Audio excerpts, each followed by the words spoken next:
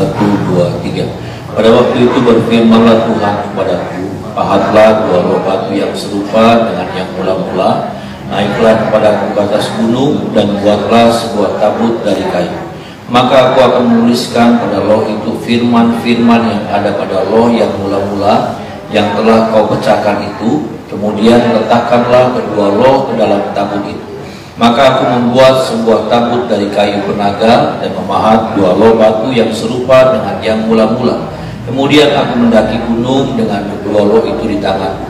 Dan pada loh itu ia menuliskan sama dengan tulisan yang mula-mula ke-10 firman yang telah diucapkan Tuhan kepadamu di atas gunung dari tengah-tengah api pada hari kamu berkumpul. Sesudah itu Tuhan memberikannya kepadaku. Lalu aku turun kembali dari atas gunung dan aku meletakkan loh-loh itu ke dalam tabut yang telah kubuat, dan di situ tempatnya seperti yang diperintahkan Tuhan kepada kami. Saudara, kalau kita melihat diceritakan tentang dua loh batu yang baru, saudara, yang Musa dapatkan dari Tuhan. Saudara, tetapi yang saya mau sampaikan pagi hari ini bahwa dua loh batu itu adalah dua loh batu yang beda kualitasnya. Ya. Tidak sama seperti yang pertama. Yang pertama dengan jelas dikatakan ditulis dengan jarinya Tuhan, dengan jarinya Allah. Tetapi dalam pasal ini, saudara, dua loh batu yang kedua yang Musa dapatkan sekarang itu adalah dipahat sama Musa. Beda kualitas, tidak sama. Saya tidak bilang firmannya ya saudara, tetapi bicara tentang apa ya? Ya tentang kualitas bendanya, ya, saudara. Bukan lagi seperti yang pertama dengan jari Allah, saudara, ditulisnya, tapi dipahat sama tangannya Musa. Saudara, apa yang jadi penyebabnya? Mengapa kemudian yang di tangan Musa sekarang bukan kualitas yang utama, yang pertama, kualitas yang terbaik. Sekarang boleh dibilang kualitas kedua. Ya, saudara. Kualitas kedua. Kalau saudara beli barang beda. Yang palsu sama yang asli itu beda. Ya. Sepatu yang asli, sepatu yang palsu, ada yang palsu, tapi beda. Ya, kebanggaannya, nilainya. Ya.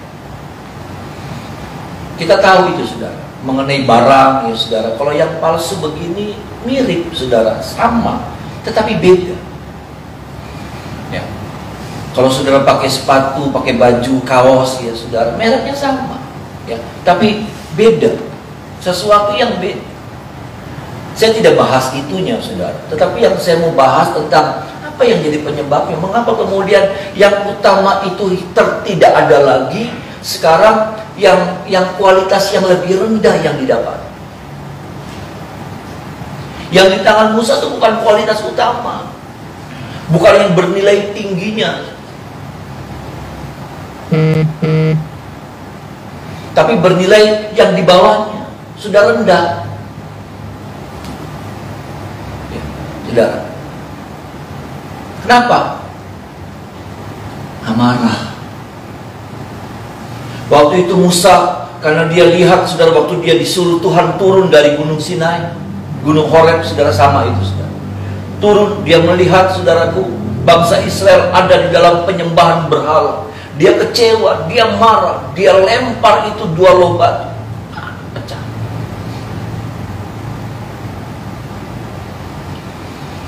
Saya tidak bilang apa, saudara, tapi yang saya mau ingatkan, amarah ternyata seperti ini. Kita akan menerima akibat dari amarah yang tidak bisa kita kendalikan. Apa itu? Kita dapatkan sesuatu. Ya, kita akan dapatkan sesuatu lagi. Apa yang hilang, apa yang rusak kita dapat. Tapi apa? Yang kita dapatkan itu bukan lagi kualitas yang utama. Kenapa? Karena kualitas yang utama itu sudah dirusakkan oleh amarah kita, oleh emosi kita. Ini firman buat kita semua. Amarah kita seringkali kita nggak bisa kendalikan, akhirnya apa? Mendatangkan kerugian besar buat diri kita sendiri. Benar, kita dapatkan lagi, saudara. Apa yang hilang karena amarah itu sudah. Tetapi yang kita dapatkan sekarang bukan lagi yang utama, bukan lagi yang bernilai tinggi, tetapi sudah rendah.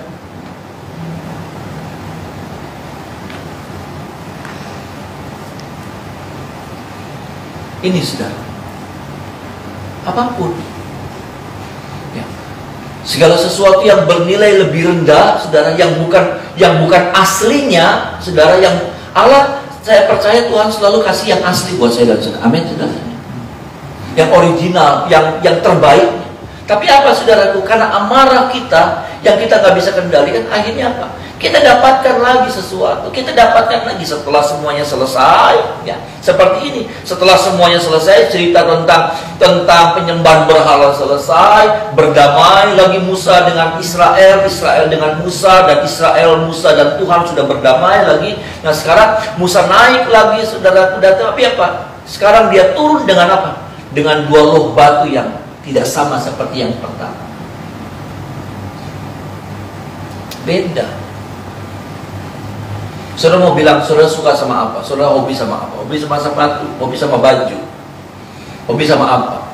Ya, saudara. Yang kualitas satu, yang kualitas utama sama yang kualitas palsunya beda. Mau itu mirror lah, mau itu apalah. Beda. Beda pride-nya, beda kebanggaannya, beda.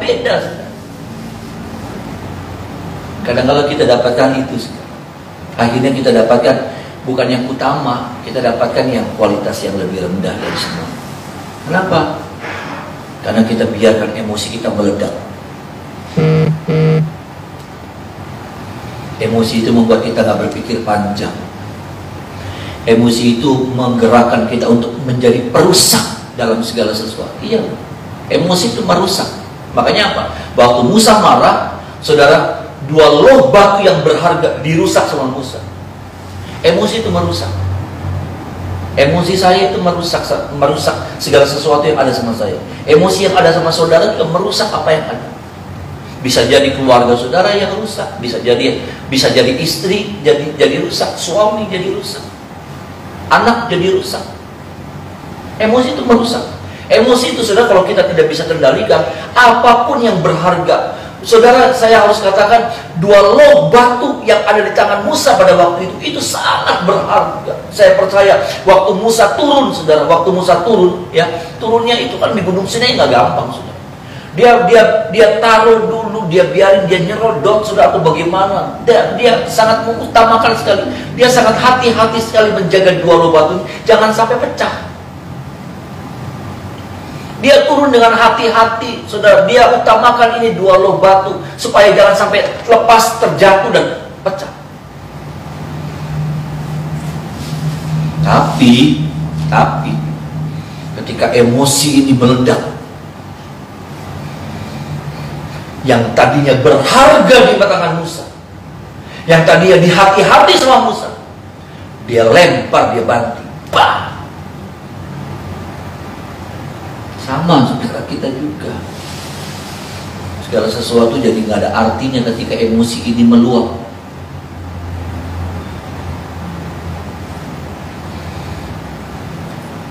Jadi kita jadi perusak. Merusak banyak hal.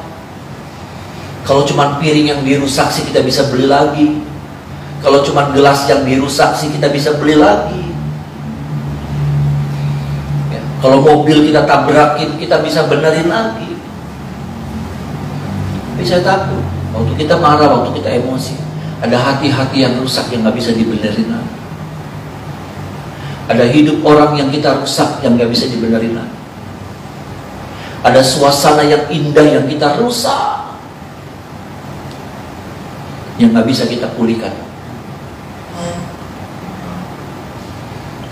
Ada hubungan-hubungan baik, pertemanan, persahabatan,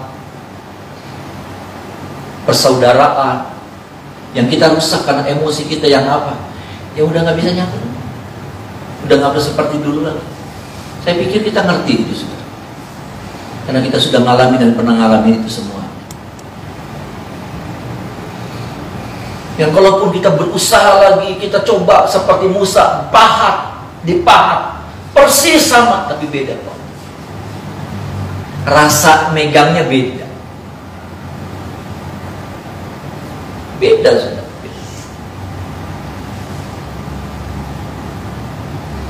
Tapi saya percaya juga kualitasnya juga jadi beda. Bukan cuma tentang bicara tentang perasaan. Mic kayak gini nih saudara, banyak palsunya. Banyak. Tulisannya sure, benar sure. Tapi beda. Sama, bisa jadi beratnya sama, bisa jadi bentuknya sama, semuanya sama. Tapi nanti kembali kepada kualitasnya pasti beda. Nah itu tuh saudara, seringkali kita ngalamin. Kita kehilangan kualitas-kualitas yang utama, kualitas yang pertama. Kenapa? Kita kemudian dapatkan kualitas-kualitas yang jauh lebih rendah. Bukan cuman satu level di bawahnya, tapi seringkali kita dapatkan kualitas yang jauh lebih rendah.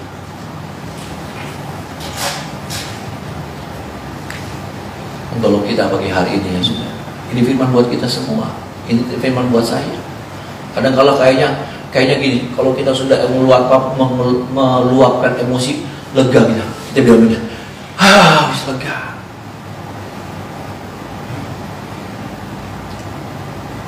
Adakah kelegaan kita sebanding dengan apa ya? Kerugian yang kita sudah dapatkan.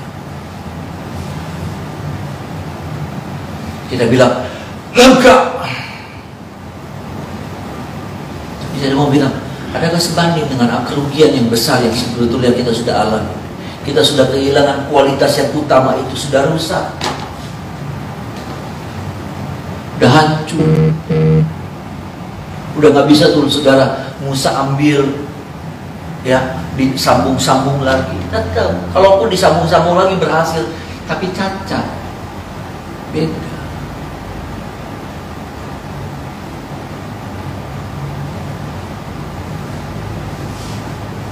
Kalau cuma emosi kita, kalau cuma berbicara tentang piring yang rusak, pecah, nggak ada masalah. Bukan saya suruh saudara kalau lagi marah pecahin piring di rumah. Pecahin apa? Rusak TV dibanting saudara, ya. Tapi ada hal yang kita nggak bisa ganti. Ada hal yang kita nggak bisa pulihkan. Kita kasih uang, kita beli. Kita marah sama anak, habis kita marah kita kasih duit buat jajan. Kadang-kadang nggak pulih. Kenapa? Karena ini sudah rusak. Ada hubungan yang sudah rusak.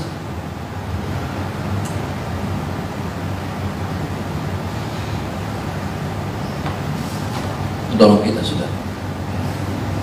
Ini firman buat kita semua supaya mengingatkan kita supaya apa?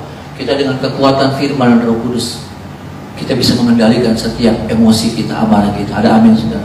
Bahwa dalam diri saya dan saudara ada amarah, dalam diri saya dan saudara ada emosi.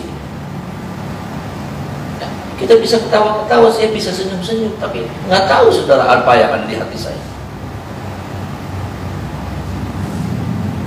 Kita bisa coba mengendalikan, tapi di titik tertentu kita kemudian tanpa sadar itu menjadi sebuah bom waktu saudara. Atau itu menjadi sebuah ranjau. Kita nggak marah di sini nih saudara, kita nggak marah di sini. Tapi ketika ada orang yang kemudian nginjek salah gerak sama kita, waduh malah.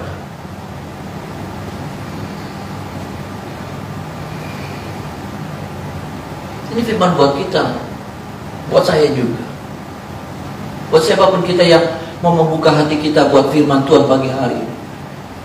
Firman Tuhan mengingatkan sama saya dan saudara. Jangan lagi bersikap bodoh. Itu buat saya dan saudara. Jangan lagi berbuat sembarangan, tidak terukur, tidak berhati. Saya tidak bilang bahwa marah itu nggak boleh. Marah boleh. Tapi bagaimana marah yang terukur? Marahnya saudara, marah yang terkendali. Marah yang tidak seperti Musa waktu itu, merusak. Nggak mau peduli, yang penting apa? Ini yang ada di hati, keluar dulu. Urusan nanti itu urusan belakangan.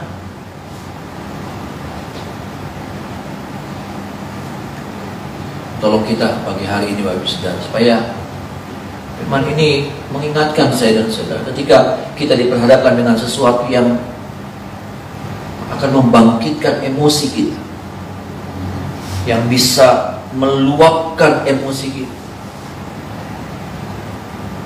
Yang orang bilang zaman dulu saudara, ya sudah mendidih sampai di kepala. Tapi dengan kekuatan firman dan Roh Kudus, kita bisa mengendalikan itu. Ada amin saudara. Saya tidak bilang itu ditahan, itu disimpan, tidak. Itu kadang-kadang perlu diungkapkan, tapi diungkapkan dengan terukur. Saya tidak bilang pendem, telan baik, enggak. Tapi kadang-kadang memang bagus untuk kita sampaikan itu dengan terukur, dengan porsi yang tepat. Kalau kita marah sama anak, istri marah sama suami, suami marah sama istri, ya anak marah sama orang tua, atau apa maksudnya? Itu terukur, porsinya tepat.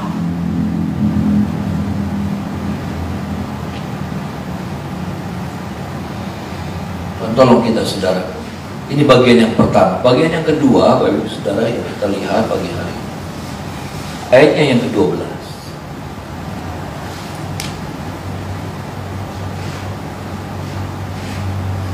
Ayatnya yang ke-12.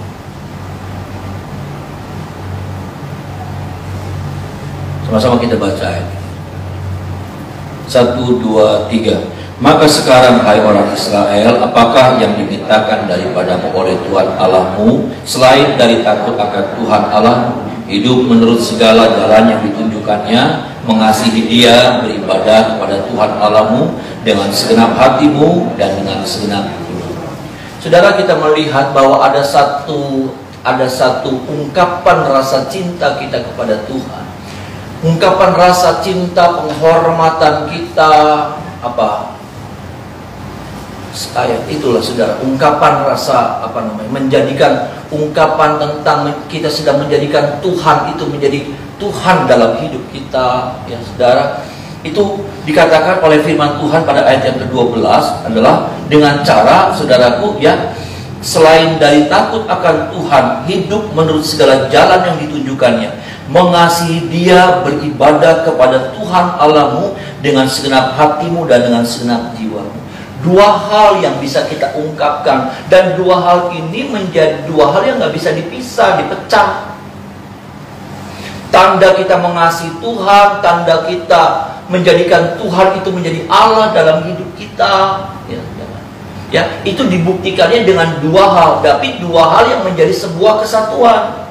Dua hal yang kita nggak bisa pilih. Saya mau milihnya ini by wish, nanti saya milihnya ini by wish. Nggak bisa. Dua hal yang menjadi sebuah kesatuan yang saling berkaitan. Sepertinya saudara bisa milih satu aja, tapi nggak bisa gitu. Maksud saya begini saudaraku, kita menyatakan bahwa kita mengasihi Tuhan dengan dua cara, dengan perilaku hidup kita, dan yang kedua dengan ibadah kita. Ada amin saudara? Ya.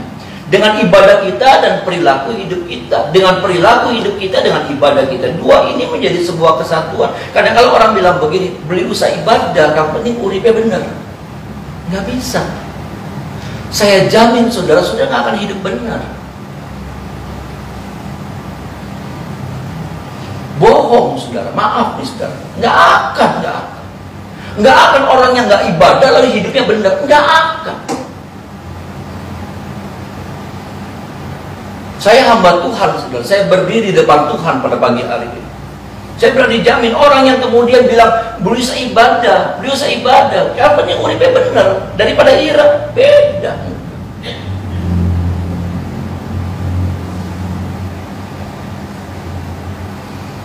Tapi orang juga saudaraku nggak bisa. Yang penting ibadah, hidupnya nggak benar nggak apa-apa. Yang penting ibadah, nggak bisa. Ngerti ya saudara? Makanya saya katakan dua hal ini kayaknya orang banyak suka milih terpisah gitu, di-split. Saya sih ibadahnya baiklah, nanti urusan benar nggak benarnya ya engkau ya beli lu ya, soalnya namanya juga daging sih, tubuh, nggak bisa juga. Atau yang tadi saya katakan, orang ibadah lu apa? Urip bener, nggak bisa.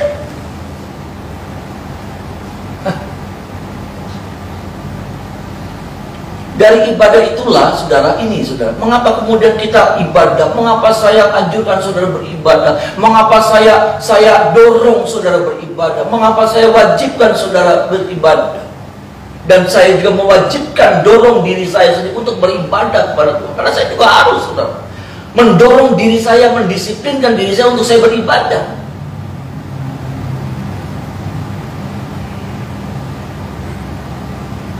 Kenapa, saudara? Karena lewat ibadah inilah kita dikuatkan. Ada amin, saudara? Lewat ibadah inilah kita dikuatkan. Lewat ibadah inilah kita diajar. Makanya apa, saudara? Kekristenan itu bersifat pemuridan. Apa itu pemuridan? Dia diajar, dimuridkan, dikasih pelajaran, tapi juga didisiplinkan, diingetin, nggak boleh begini, nggak boleh begitu. Nanti waktu kita dengar firman Tuhan, kadang kita ngerasa kita udah paling benar ya, Dewek. Nanti firman Tuhan datang sama kita, ngingetin kita, oh saya salah. Itu. Oh saya keliru. Oh saya ternyata selama ini keras hati. Oh ternyata saya selama ini sombong. Oh ternyata saya selama ini belum maksimal. Oh ternyata ini yang jadi penyebab saya ngalamin kegagalan. Itu, saudara. Lalu kemudian apa? Kemudian kita masuk pada praktek kehidupan. Saya nggak percaya kalau orang bisa mempraktekkan kehidupan. Kalau apa, saudara? Teori-teorinya kita belum dapatkan. Firman Tuhan itu bukan cuma tentang teori, tetapi dalam firman Tuhan itu ada kuasa. Ada amin, saudara? Kuasa yang memampukan kita. Waktu kita dengar firman Tuhan, saudaraku, kuasa itu, firman itu akan menggerakkan. Karena dalam firman itu ada kuasa, loh, saudara. Kuasa menciptakan, kuasa yang menjadikan dari yang tidak ada menjadi ada. Itulah kuasa firman. Dan saya percaya sekayaknya kosong aja gitu, kita dengar ya seperti. Tapi nanti waktu kita menjalani kehidupan, ada satu kuasa firman ini yang sudah mendarat di hati kita, di hidup kita. Ini akan terus memampukan saya dan saudara.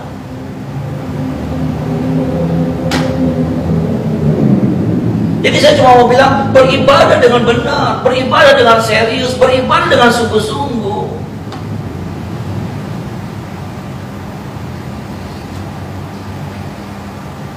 Nggak ada urusan saudara ibadah dengan gereja, nggak ada urusan saudara ibadah dengan saya, nggak ada urusan. Saudara berurusan dengan Tuhan.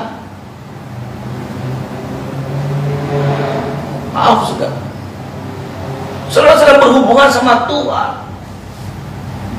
Disitulah saya percaya, saudaraku, kenapa saya dorong hidup saya untuk terus melekat sama Tuhan, menempel sama Tuhan lewat persekutuan doa saya secara pribadi, lewat pembacaan firman saya secara pribadi. Supaya apa? Supaya aliran-aliran kekuatan sorga itu mengalir, menetes dalam hidup saya. Sehingga apa? Seperti yang dikatakan terus oleh firman Tuhan, pelitanya tetap menyala. Ada amin, saudaraku. Pelitanya tetap menyala. Pelita itu, saudara, itu bicara tentang kehidupan kita yang jadi terang, yang bisa bersinar. Ya sudah, di tengah-tengah kegelapan, di tengah-tengah angin ribut menerpa hidup kita. Ini pelita ini bagaimana api ini tetap menyala dalam hidup kita di tengah-tengah terpaan yang begitu hebat, saudara.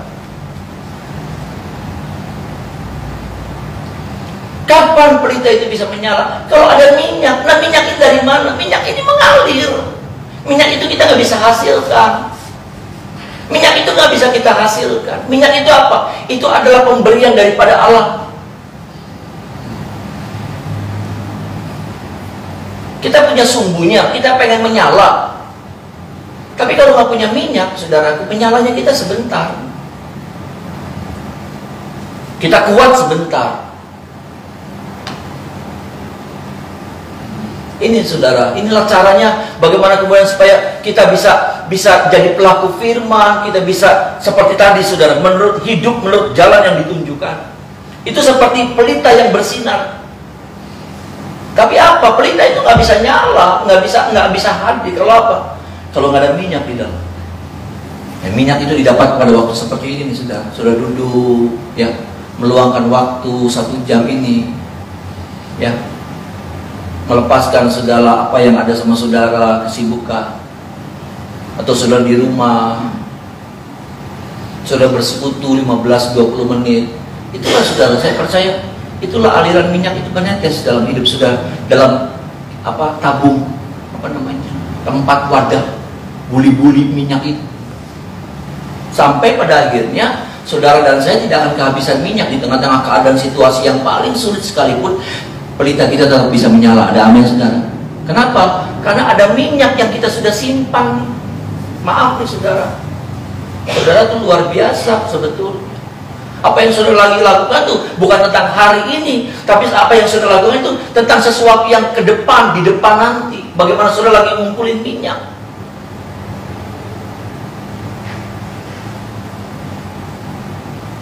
Ke depan tuh saudara, ke depan tuh, hari-hari ke depan tuh semakin sulit loh saudara. Percaya. Dunia lagi berubah, dunia tuh lagi berevolusi loh saudara. Berevolusi secara ekonomi. Ya, berevolusi, kalau saudara lihat sekarang penggunaan uang semakin terbatas, semakin nggak ada. Ya, coba saudara lihat di dompet saudara, duit beli apa? Kenapa? Karena sudah pakainya udah pakai non tunai semua. Sedang dunia ini sedang berevolusi sedemikian rupa dan terus berevolusi.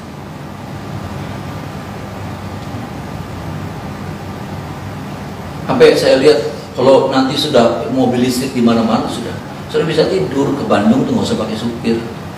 Iya, tinggal pencet itunya tuh saudara, koordinatnya mau kemana ya, mau ke apa gitu saudara ya, toko roti di Bandung, pencet nanti kalau duduk pakai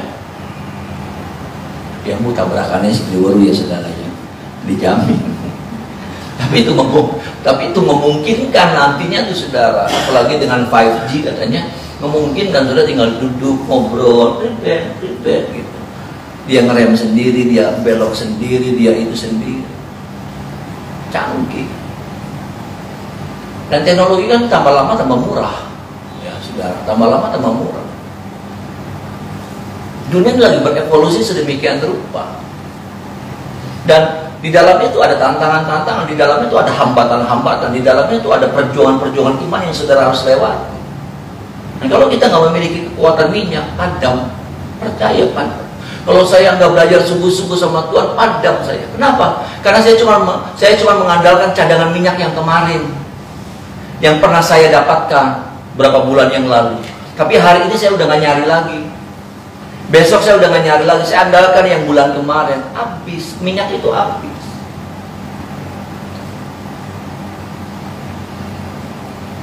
Saya berharap sampai di sini sudah bisa menangkap pesan firman ini.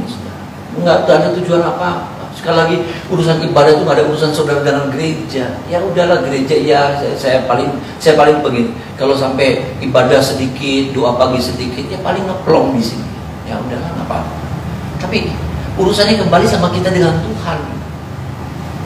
Kalau misalnya ibadah minggu kosong, kayak waktu itu ada isu pandemi, ya sudah kosong, melihat.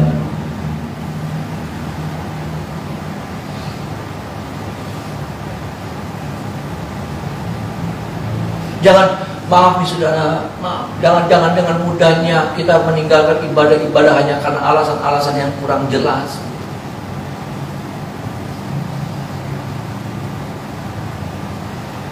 Jangan cuma karena ada alasan-alasan yang kurang jelas kita meninggalkan ibadah. Tuhan tegur saya waktu itu, saudaraku, saya pengen keluar kota, pagi-pagi saya berangkat. Tuhan bilang sama saya, kan bisa layanin dulu, kan bisa ibadah dulu. Seburu-buru apa sih? Seterburu-buru apa saya dengan mengejar waktu sampai saya mesti ninggalin ibadah jam berapa waktu itu? Kereta api jam berapa? Jam 6.15. Jam 6 berapa itu? Saya bisa ibadah dulu. Toh nggak telat, nggak terlambat. Kalau saya ada urusan apa juga nggak terlambat. Kok tega-teganya saya harus tinggalkan ibadah doa pagi, pelayanan saya tinggalkan, tugas saya sebagai seorang gembala saya tinggalkan. Beda kalau saya ada di luar kota, ya saudara. Ya memang nggak bisa. Alasan-alasan yang nggak jelas seringkali saya karena alasan-alasan yang nggak jelas saya tinggali tiba.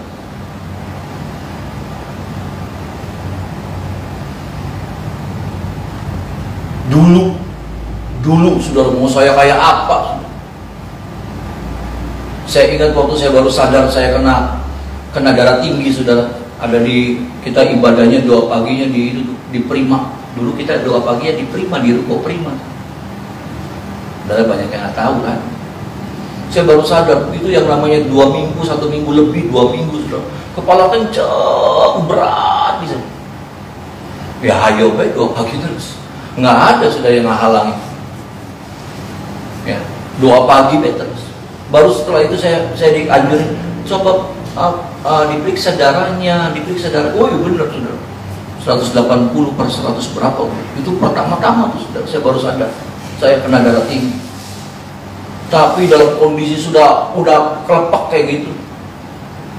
Kemarin aja saya nggak tahan, saudara. Saya tinggi lagi tensinya. Kalau nggak yang bagaimana sih, saudara? Maksudnya gini loh, saudara. Kita belajar menyenangkan hati Tuhan. Amin. Kita tuh lagi belajar nunjukin sama Tuhan ini Tuhan. Di tengah-tengah kondisi kayak gini, tapi saya tetap pengen ketemu sama Tuhan. Kayak apa tuh, saudara? Betapa Tuhan tuh disenangkan dengan sikap kita. Ada amin, saudara? Di tengah-tengah kondisi, Tuhan tahu kondisi kita gak memungkinkan, Tuhan tahu. Tapi kita tunjukin Tuhan, ini Tuhan hadir, Tuhan. Di cari muka sama Tuhan. Memang kita harus cari mukanya sama Tuhan, bukan sama manusia. Amin, saudara? Cari muka sama manusia, aduh, saudara, dibuang lagi muka kita. Dibuang lagi. Kita udah dapat ini, diambil lagi.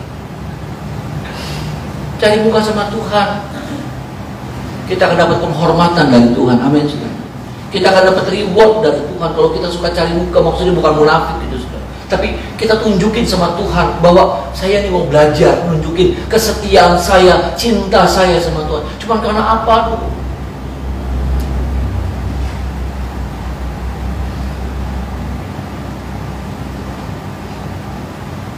Ya maaf nih sih ya, saudara, maaf. Olahraga sampai ibadah ditinggalin. Ya nggak apa-apa sih, nggak apa-apa banget. Cuma tuh ada waktu yang lain. Saya nggak ngelarang saudara berolahraga, tapi ada waktu yang lain yang kita bisa ambil, ada jam yang lain yang kita bisa pilih. Saya cuma lagi mau dorong sudah jadi Kristen yang militan sih, sudah jadi Kristen yang punya gairah, yang punya semangat, punya keseriusan sama Tuhan. Jangan jadi Kristen yang nanti saya takut kita dipetes sama masalah, nanti kita diinjak sama masalah. Benar, saudara, saya sih cuma takut itu karena ke depan, saudara, seperti saya dengan roh saya ya, saya melihat keadaannya nggak gampang gitu. Untuk ukuran saya seperti ini saja, ada kemungkinan saya itu dipetes, saya itu diinjak sama masalah. Saya cuma takut itu aja. Ukuran saya seperti ini, sudah maaf nih, sudah saya bukan lagi, tapi ukuran saya kayaknya tuh saya ngerasa kayaknya belum cukup dengan untuk menghadapi sebuah tantangan yang berat di depan saya. Saya harus tambah lagi kekuatan saya harus tambah lagi otot-otot iman saya harus latih lagi otot-otot iman saya harus latih lagi otot-otot hati saya, saudara, supaya saya jadi satu pribadi yang perkasa waktu menghadapi masalah di depan. Apapun dan sebesar apapun, kayak Daud gitu. Ada amin, saudara? Seperti Daud, dia nggak takut waktu hadapi masalah. Dan saya pengen punya otot iman, saya pengen punya kekuatan hati yang seperti itu. Dan itu nggak bisa terjadi dalam satu malam. Itu hasil dari sebuah latihan bertahun-tahun. Saya bukan lagi ngutamain tentang pelayanan, enggak. Saya cuma takut sama hidup saya.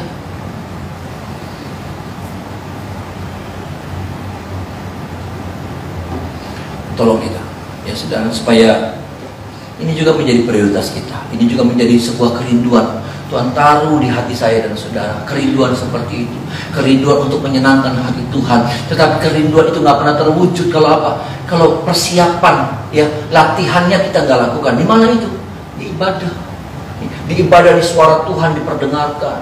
Walaupun saya sederhana, walaupun saya banyak kekurangannya, saudara, ya. Walaupun saya nggak pinter-pinter kayak orang lain, tapi saya percaya ada pesan firman yang saya percaya tiap pagi Tuhan taruh di mulut saya, saudara. Dan saya sampaikan itu, apa yang saya dapatkan nih, saudara, saya sampaikan sama saudara. Dan buat saya, maaf nih, saudara, ya anugerah Tuhan bukakan gitu. Saya juga bingung membaca pasal 10 mau nyampein apa. Tapi nggak tahu caranya Tuhan, tiap pagi ada sesuatu yang buat saya ya, nggak tahu maksudnya. Tapi buat saya anugerah, saya dapetin sesuatu dan saya bisa sampaikan sama jemaat. Pesan Tuhan yang tujuannya untuk menguatin kita yang lemah, yang lagi lemah, ya bangkit lagi, karena Dia itu Allah yang hebat buat saya dan saudara. Amin, saudara. Dan ini bukan lagi, firman ini bukan lagi ngehakimin kita, bukan, tapi lagi mau coba mengupgrade kita. Kita yang lagi udah mulai nggak serius sama Tuhan, kita yang udah lagi, ayo ditingkatin lagi. Mari kita menyembah.